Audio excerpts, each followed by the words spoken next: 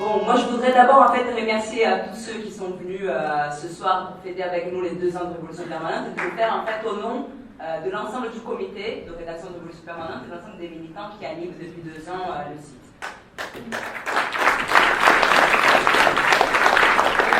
La deuxième chose que je voulais dire, c'est qu'on a longtemps réfléchi à comment on allait fêter ces 2 ans. Et on a abouti donc à cette idée d'organiser un débat sur la parole ouvrière et pour une fois parler un peu moins nous et laisser parler ceux qui contribuent tous les jours et sans lesquels le projet de Révolution Permanente ne pourrait pas exister, c'est-à-dire les travailleurs qui se battent et qui acceptent à un moment donné qu'on relaye leur lutte, de nous envoyer des contributions, de nous envoyer des comptes rendus de leur combat, etc. etc. Il me semble, en fait, étant la dernière intervenante, que tout au long en fait, des interventions, ce pari-là, il a été en grande mesure réussi. En tout cas, en fait, je pense que c'est la meilleure façon de parler de Révolution Permanente, c'est de faire parler ceux à qui Révolution Permanente entend précisément en fait, donner la parole. Ça bordélise un peu notre tribune, mais on aime ça aussi.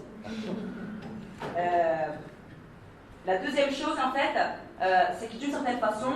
ce débat, il est une matérialisation et une concrétisation d'un projet que nous avons donc en France depuis 2 ans, un projet qu'on rappelait Elsa, qui apparaissait comme très ambitieux au début, faire un quotidien, écrire tous les jours, transmettre la réalité d'un autre point de vue que ceux des médias, mais ça nous semblait en fait un pari nécessaire et qui valait le coup en fait d'être investi.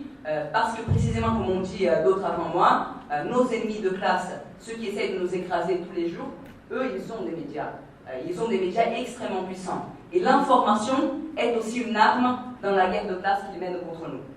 Donc c'est ce projet de Révolution Permanente, de créer un média avec un parti pris, parce que souvent en fait on nous vend l'idée que les médias ils sont impartiaux. Nous on pense que les médias ils peuvent être objectifs, mais qu'ils ont toujours un parti pris. Et notre parti, il est pris, il est du côté en fait de la classe ouvrière, des travailleurs, de ceux qui seront exploités, opprimés, et pas de ceux qui exploitent et qui oppriment, comme sont les Bolloré, les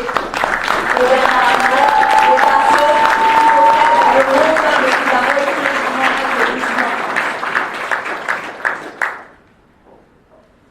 le deuxième pari, c'était d'essayer de faire ça d'une façon en fait qui soit intéressante, qui soit attractive, qui soit pas ringarde, qui n'ait pas l'air en fait d'un vieux truc d'une extrême gauche perdue dans le temps, mais de mettre au service, comme rappelait en fait notre camarade Fernando Rosso, de notre projet, du projet en fait de transformation sociale, ce qu'il y a de plus avancé en termes de technologie, en termes de médias, de se servir des réseaux sociaux qui étaient jusque-là beaucoup plus investis par les réactionnaires, par l'extrême droite, qui par les révolutionnaires. Et pour nous, en fait, le succès de Révolution Permanente, le petit succès modeste depuis 2 ans, commence en tout cas à disputer cet espace-là,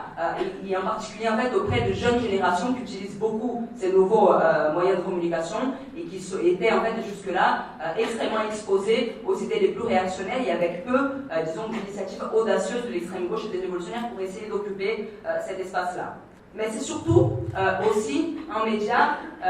qui a un parti pris de classe et nous avons toujours dit que notre intention, notre projet, c'était en fait de faire un média qui donne la parole à ceux qui n'ont pas la parole dans la société dans laquelle on vit. Et c'était très intéressant en fait, de suivre le débat parce qu'à plusieurs reprises, que ce soit dans la salutation de Mathieu qui nous expliquait que plus on se tait et plus on nous tape dessus, ou que ce soit en fait quand Gigi nous disait qu'à l'usine on tenait les ouvriers sous la menace permanente, si tu parles je te licencie, si tu parles ceci, si tu parles cela, ça montre une chose pour nous. Ça montre en fait qu'ils ont peur quand on parle. Ils ne veulent pas qu'on parle. Ils veulent nous silencier. Ils veulent faire en sorte en fait, que la seule vérité qui soit dite soit celle des patrons qui nous expliquent, qui prennent des risques, qui sont eux en fait ceux qui vraiment s'investissent, qui font en sorte en fait de créer des emplois et pas ceux qui travaillent tous les jours et qui font tourner l'ensemble de la société mais qui n'ont pas le droit à la parole dans cette même société. Donc le projet de RP a été toujours, en fait, il l'est toujours aujourd'hui, d'être un véhicule, en tout cas, de cette parole ouvrière pendant très longtemps silenciée, qui a besoin de s'exprimer, et quand elle s'exprime, elle fait du bruit et elle fait des dégâts. Moi, je pense en particulier à une expérience récente à laquelle moi j'ai participé de près, qui était la campagne de Philippe Poutou, que nous, en tant que Révolution Permanente, avons soutenue tout au long en fait, de l'élection présidentielle. Mais à quel point, quand il y a un ouvrier qui va devant les médias et qui ouvre sa gueule, qu'est-ce que ça gêne? Qu'est-ce que ça dérange? Et c'est ça en fait qu'on a pu voir autour de la campagne de Philippe Coutu et qu'on peut voir dans les exemples en fait que l'ensemble des camarades disent autour de la tribune, de comment ça gêne la direction de la SNCF, pas seulement le piquet, mais ensuite le fait que le piquet il soit démultiplié et qu'il y ait en fait 15, 10 000 autres personnes qui voient ce piquet sur internet, qui se renseignent, qui sachent des cas de répression qu'il y a à la SNCF, combien en fait de liens ont pu être tissés, même à l'intérieur en fait de la SNCF, par le biais des dénonciations qui avaient en fait de la répression, où en fait les cheminots prenaient connaissance en fait du fait qu'il n'y avait pas que qui subissaient la répression, mais qu'il pouvait y avoir d'autres, etc., etc. Donc en ce sens-là, Révolution permanente, c'est plus qu'un média, c'est un outil militant, et on entend l'affirmer en tant que tel, et c'est un outil d'organisation. C'est un outil d'organisation pour notre classe. Nous, en tout cas, c'est comme ça qu'on l'entend. Fouad disait dans son intervention tout à l'heure qu'au Campanile, au bout de leur grève, en fait, ils avaient réussi à en finir avec l'esclavage. C'est vrai que quand on regarde la situation des femmes de chambre avant la grève, c'est presque en fait l'esclavage dans le sens littéral du terme. Mais Marx disait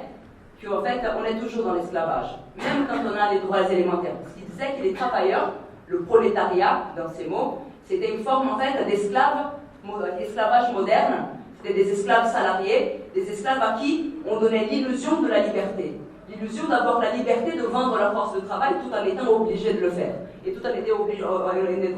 étant obligé d'accepter les conditions les plus épouvantables pour le faire. Plus tard, un autre révolutionnaire, dont en fait on fête aujourd'hui le centenaire de la révolution dans laquelle il a joué un rôle très important, c'était la révolution russe et Lénine, a essayé de synthétiser le projet qui était celui en fait de son parti en disant nous, on a envie de construire le parti des esclaves, mais le parti des esclaves insurgés, le parti en fait de ceux qui depuis Spartacus, qui depuis en fait toute l'histoire de l'humanité sont soulevés et ont imposé leur force sociale pour réussir véritablement en fait à changer les choses, à bouleverser la situation, à en fait débarrasser la société d'une caste de parasites, d'une classe qui vit du travail de la plupart de la population, qui s'enrichit et qui se permet ensuite de nous donner des leçons et de nous appeler en fait à sauver le monde.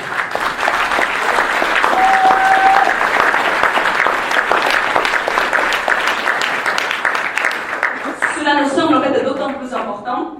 qu'aujourd'hui en fait on fait face à un nouveau gouvernement qui est celui de Macron,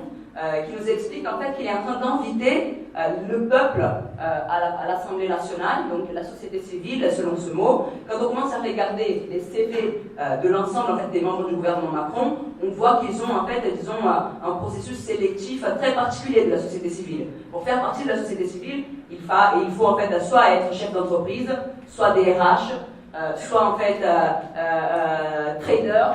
financier, etc., etc. Cette partie-là de la société, celle-là, elle n'est pas invitée. Et au contraire, tout le projet de Macron et de ceux qui le soutiennent, c'est de virer définitivement les classes populaires, les exploiter, les opprimer du débat politique. Parce qu'il fut un temps encore où le Parti Socialiste, d'une certaine façon, avait des liens avec le mouvement ouvrier. Ou d'une certaine façon, le PCF, sa présence dans les institutions, était quelque chose qui avait un certain rapport avec le mouvement ouvrier. Maintenant, c'est fini. Plus d'ouvriers nulle part, plus d'ouvriers dans le débat politique, plus de classe populaire dans le débat politique. Et c'est exactement l'inverse de ça que nous on veut faire. D'une certaine façon, le projet de révolution permanente, c'est l'anti-Macron. Parce que nous, on veut, comme disait Anas, que les ouvriers arrêtent de penser que la politique, c'est pour ceux qui ont un bac plus 8. Que la politique, c'est pour ceux qui ont un costard et une cravate. Tant que les ouvriers ne feront pas de politique, tant qu'ils n'auront pas la parole, tant qu'ils n'oseront pas parler, parce que parler, c'est aussi en fait parler en tant que classe, c'est se sentir une classe,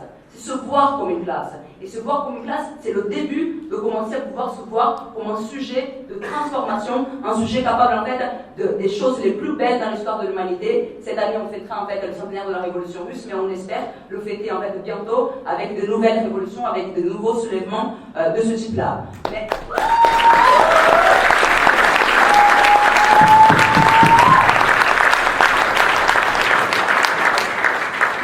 Mais ce ne sera pas tout de suite,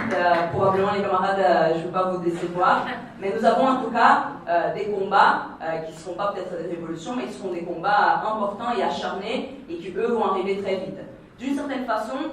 Révolution permanente, ça fait 2 ans qu'on existe, mais on a eu une sorte de baptême de feu. Et notre baptême de feu a été le mouvement contre la loi travail, C'est pendant le mouvement contre la loi travail qu'on est devenu un média connu, au-delà y compris en fait du milieu plus d'extrême gauche, et qui d'une certaine façon, on est fier de dire que Révolution Permanente nous a un peu dépassés. C'est-à-dire en fait qu'il a été pris en main par tout un tas de militants dans plein de villes, dans plein de régions, dans plein de secteurs, qui se sont servis de Révolution Permanente pour que ça devienne un média de la lutte, un média par lequel on pouvait s'informer de ce qui se passait en fait à Lille, à Toulouse, à Marseille, dans telle ou telle entreprise, dans telle ou telle grève, etc. etc. Nous on fait souvent la blague qu'à un moment donné, on commençait à nous engueuler, nous envoyer des messages fâchés parce qu'on ne couvrait pas assez bien la mobilisation à Béziers. Mais nous, on n'avait personne à Béziers. Donc c'est à ce moment-là que nous on a commencé à essayer de généraliser un mode de fonctionnement qu'on voudrait en fait élargir, qui est d'avoir en fait des correspondants. C'est-à-dire en fait d'avoir parmi tous les gens qui lisent RP, qui aiment ce qu'on fait et qui en fait suivent l'actualité sociale de leur ville, de leur région, de leur entreprise, de leur proposer de contribuer, d'écrire des comptes rendus, d'écrire des articles, de nous envoyer des informations, parce que c'est à partir de là qu'on peut véritablement en fait faire en sorte que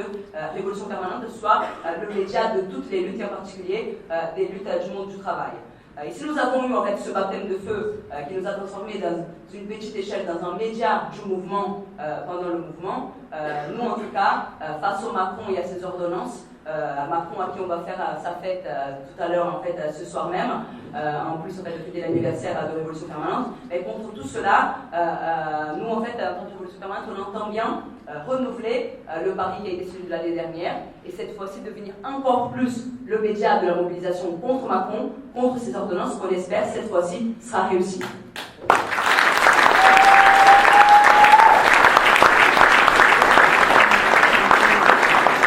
Et juste un mot pour finir en fait,